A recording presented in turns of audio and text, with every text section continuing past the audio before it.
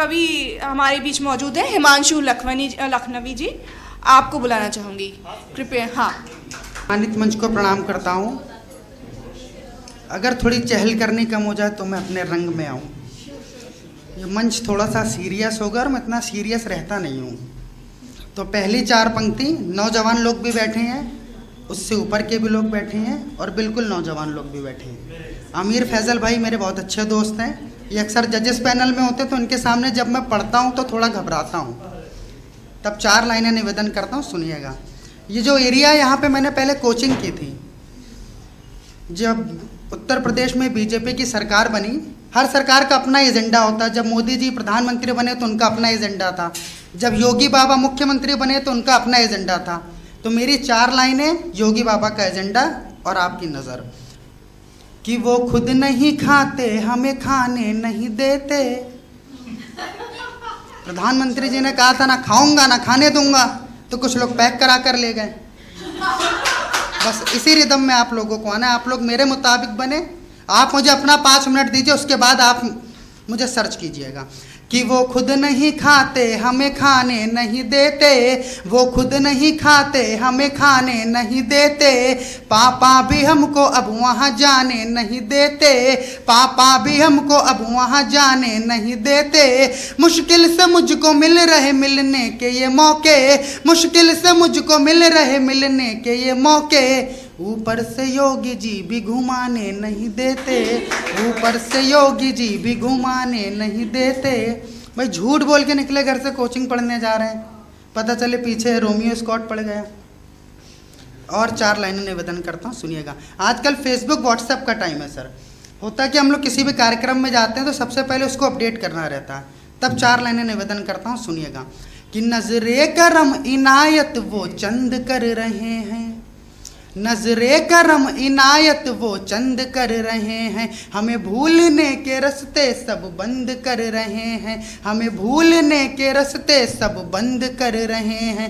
जब पास था मैं उनके वो देखते भी ना थे, जब पास था मैं उनके वो पूछते भी ना थे, अब फेसबुक पे फ़ोटो पसंद कर रहे हैं, अब फेसबुक पे फ़ोटो पसंद कर रहे हैं।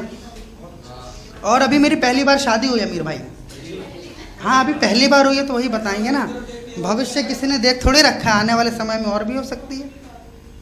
तब निवेदन करता हूँ, जो हम और हमारी पत्नी जब साथ में बैठे थे, होता क्या शादी के बाद चीज़ें मैम बदल जाती हैं। जो लड़की अपने घर में 8 बजे उठती थी, 9 बजे उठती थी, उसको शादी के बाद 5 बजे उठना पड़ता है। तो कंटिन्यू 4 दिन 5 दिन 7 दिन हम लोग अलार्म लगा के सोए 5:30 बजे का और उठ जाते थे। लगातार 4 दिन मेरा अलार्म बोला नहीं भाई।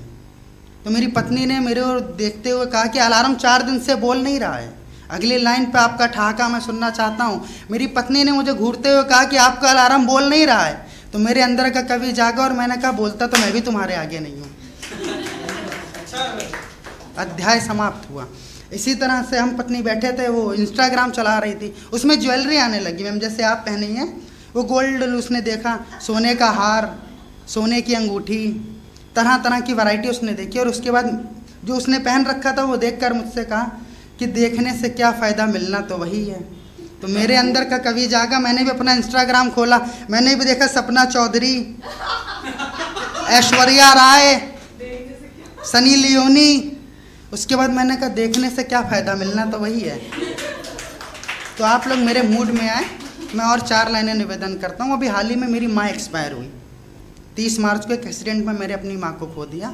मैं पहले जब ये कविता पढ़ता था तो मुझे इतना दुख नहीं होता था, लेकिन उसके बाद ये मेरा पहला मंच है। मैं 4 लाइनें निवेदन करता हूँ, सुनिएगा।